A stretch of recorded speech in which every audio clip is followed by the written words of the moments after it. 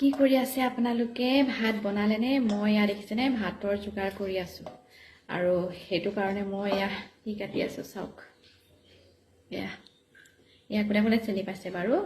এয়া ৰঙালাও বাকলি।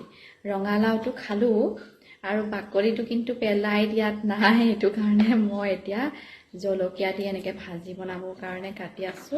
আৰু আমাৰ মানুহজনে ৰঙালাও গুটি খাই ভাল পায়, ৰঙালাও খাই ভাল নাপায়। ৰঙালাওটো মিঠা হ'লে খাই ভাল নাপায়, আমি কিন্তু মিঠা হ'লেহে খাই ভাল পাওঁ, হয়নে নহয়? আমাৰ মানুহজন উল্টা, ৰঙালাওটো যদি মিঠা নহয় তেতিয়া খায়, কিন্তু কেতিয়াবা আজিকালি মই বনাই দিওঁ যে আৰু খায় আৰু মই বনাই দিলে খাই ভালেই পায় বাৰু, আৰু খাবতো লাগিবই। এতিয়া এয়া ৰঙালাও বাকলিখিনি কুটি মানে এয়া, আৰু তাত মই এয়া গুটিও দি দিম, ৰঙালাও গুটি আৰু এনেকৈ বাকলি, অকণমান জলকীয়া দি বনাম। আপোনালোকে খাই চাবচোন, বহুত ভাল লাগে।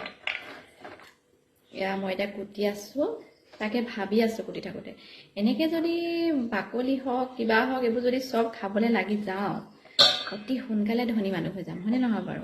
সেইটো কাৰণে এতিয়া ভাবি ভাবি মই এতিয়া কুটি আছোঁ। এয়া কুটি হৈ গ'ল, আৰু কুটি থকাৰ লগতে আপোনালোকেও সেয়া কৈয়ে পালোঁ নহয় ধনী হোৱাৰ টিপছটো।